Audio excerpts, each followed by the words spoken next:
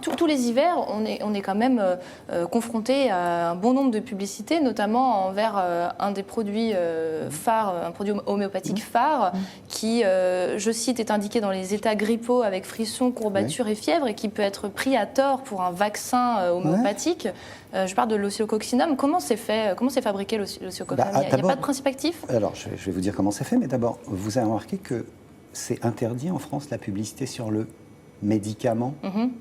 Et donc, si la publicité pour oscillococcinum est autorisée, c'est que ce n'est pas un médicament. Vous l'avez dit tout à l'heure, c'est un produit, c'est pas un médicament. C'est pas un médicament parce qu'il n'a pas fait la preuve de son efficacité. Alors, qu'est-ce que c'est que oscillococcinum? Dans les années 1918, 1919, 1920, il y a un médecin qui s'appelle Roy, R-O-Y, qui s'occupe de jeunes soldats qui ont la grippe espagnole. Et avec son microscope optique, il a l'impression de découvrir quelque chose sur les lames, une espèce de petite bulle ronde qu'il appelle un oscillocoque, et il le voit sur d'autres préparations. Il dit c'est ça qui donne la grippe, d'accord? Et il va le trouver sur des produits très différents. Il se dit que si on utilise ce produit qui donne la grippe en prenant l'effet de similitude, on va pouvoir guérir des grippes. Et comme ça se trouve un peu partout, il décide d'en prendre dans du foie de canard, d'accord? Alors, ensuite, le produit va être fait à partir de foie de canard hydrolysé. Aujourd'hui encore, il y a un canard qui permet au laboratoire français de se faire des couilles de canard en or tous les ans en vendant du rien.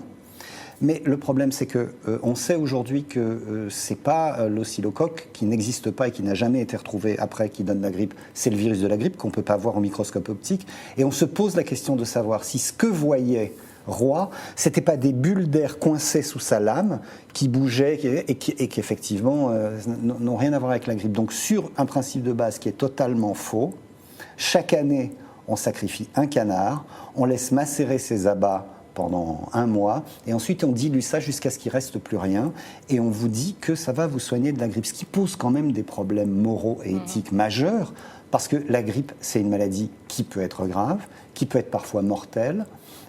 On peut se poser la question de savoir si les pouvoirs publics sont dans leur rôle en laissant croire à des patients qui sont protégés l'hiver avec ce produit qui, comme vous l'avez dit, a un statut dérogatoire et n'est pas un médicament.